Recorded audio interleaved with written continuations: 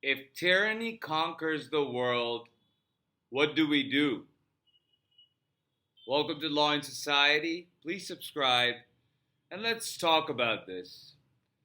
So, there was a vote in the United Nations where it was a resolution to condemn Russia's invasion into Ukraine.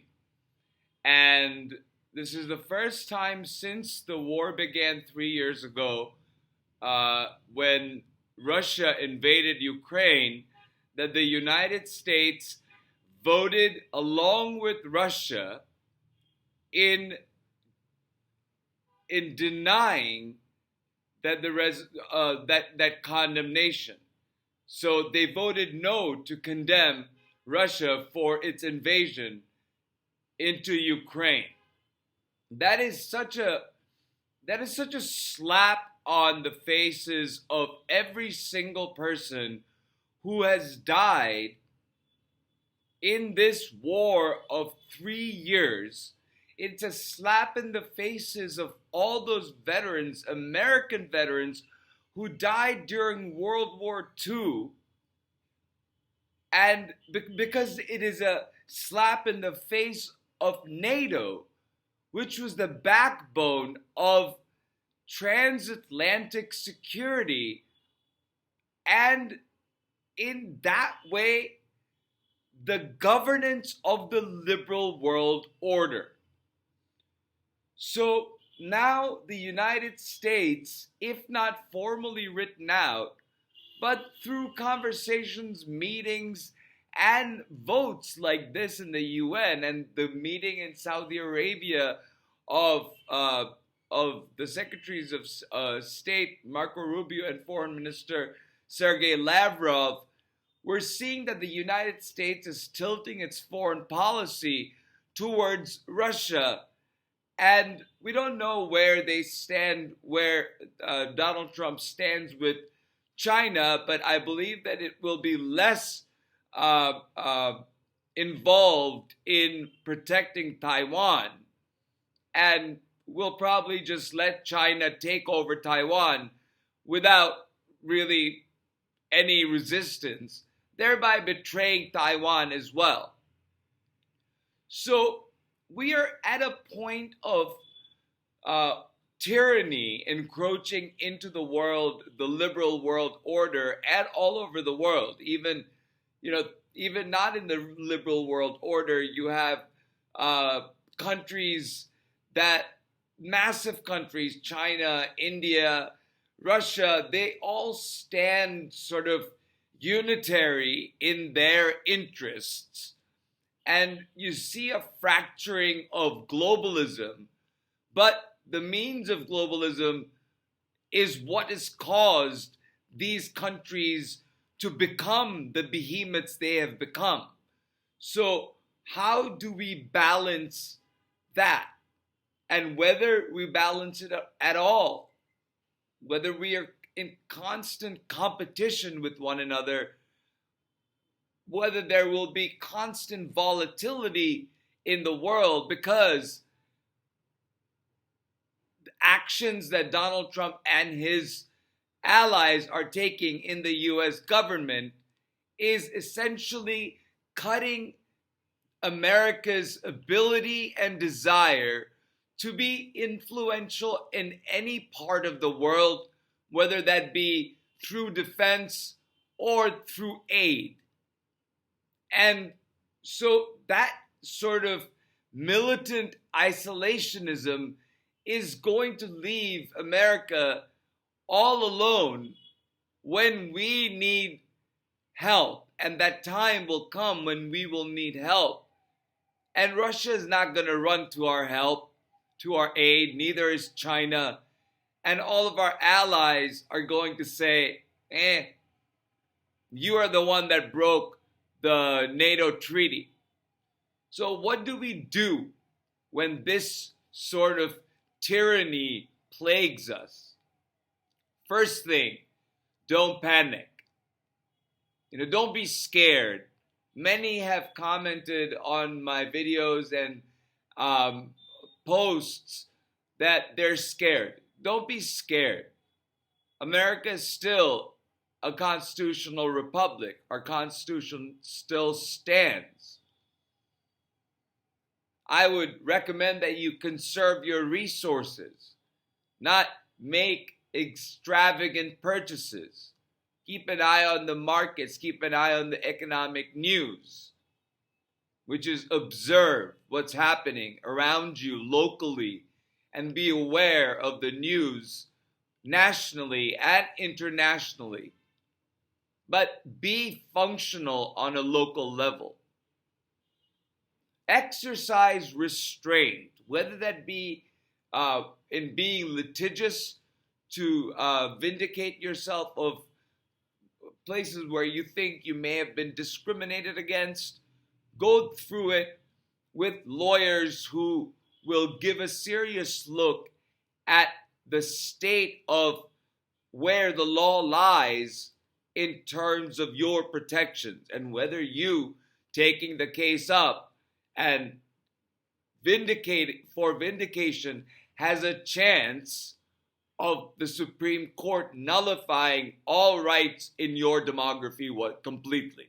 Because we do live in that sort of an era. But that does not mean that we will give up, that we won't be brave, because the rights that we do have, we will keep.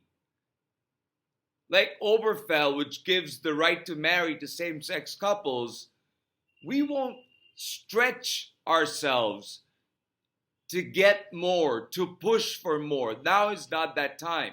Now is the time to strengthen that tradition that we were finally given license to by Obergefell. Stand up for trans rights. Stand up for their rights, for what they think their rights are.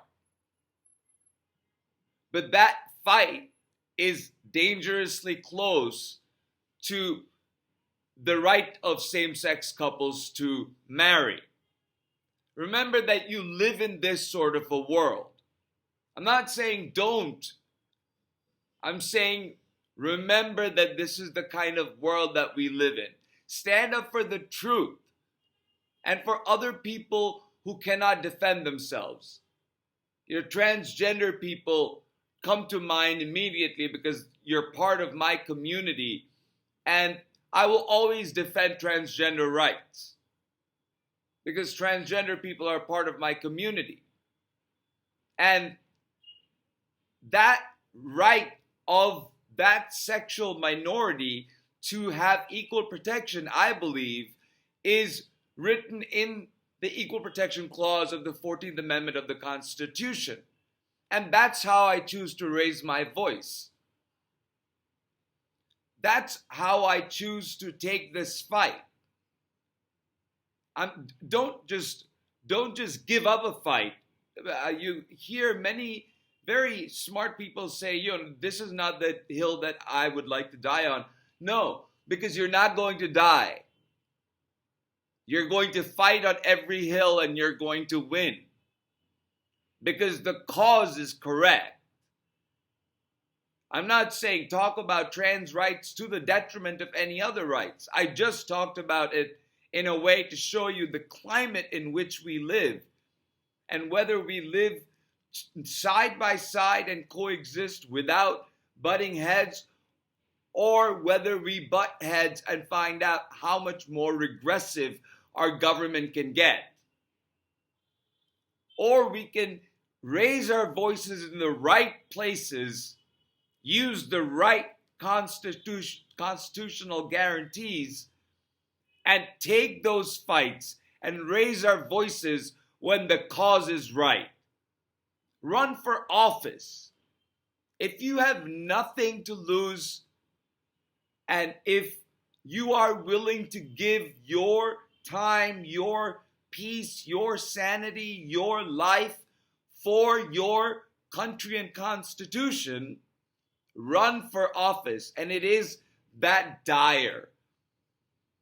The truth of the matter is that dire that if you are an anti-Trump or if you are non-MAGA, that you face the risk of physical harm if you are in elected political office. That's one of the big reasons why a lot of Republicans who don't like Trump won't vote against him unless there's a secret ballot. So perhaps the people calling the representatives, maybe we should be telling our representatives and senators to start voting for bills and for resolutions on secret ballots, and then see where the agenda goes. You have to understand that as we get into this war, this ideological war to keep our republic and save our Constitution, that we will do it peacefully. We have the right to assemble peacefully and have our grievances heard. And now that bleeds into the digital forum as well. Never condone violence. And political violence in a democracy is never all right, no matter which side it is coming from. But the harassment and the intimidation is already coming from instigators and seditious co-conspirators who were pardoned, like Enrique Tarrio, attacking and targeting officers Fanone, Dunn, Hodges, and Sergeant Gunnell when they're going to the principal's first forum to talk about principles. And you go out there and you instigate that. And this is just the beginning. So we have to push back and resist against them. We have to stand with these officers as well as with the other 140 plus officers like Caroline Edwards and and Brian Sicknick and the other names that I don't remember, but all of them, all of whom were attacked by Donald Trump's horde on January 6, 2021. Stand with them. You don't have to comply if you think an order is illegal. You have to resist. It is your duty, if you are a federal worker, to the Constitution to resist. And don't comply. No matter what Doji or Elon Musk says, unless your direct supervisor hands you a pink slip, don't comply with government intimidation. And even if you have been handed a pink slip, go to an employment lawyer if you believe your termination was wrongful. There are many ways that you can resist, and I'm just talking about the ways that you cannot comply with illegal orders coming out of Doji and Elon Musk. Then there's civil disobedience. Don't go to work. Remember, February 28th, there's this movement taking over in the United States to not buy anything.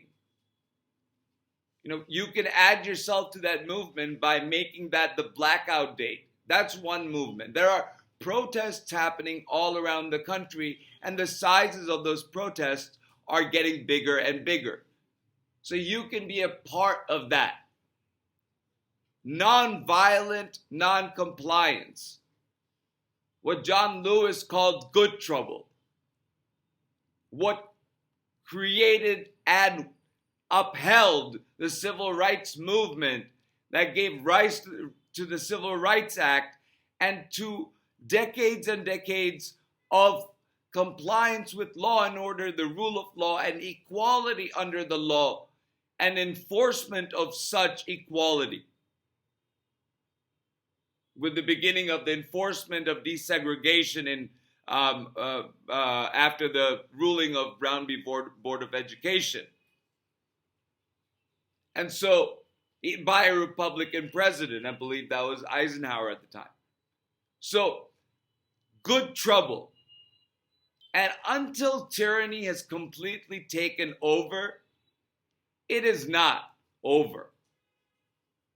With that said, please stay cheerful. Please be observant, conserve, restrained. Don't panic. Be brave. And let's see where this chaos takes us. Remove the chaos from your head. empty your cup so you can fill it again, because this is going to be an engagement of democracy for the next 4 years. So wherever you are in the country, even if you are not in the country and you're an American citizen and you're engaged, be engaged, do what little you can to stand up for our republic. So please like and subscribe, and I'll talk to you soon.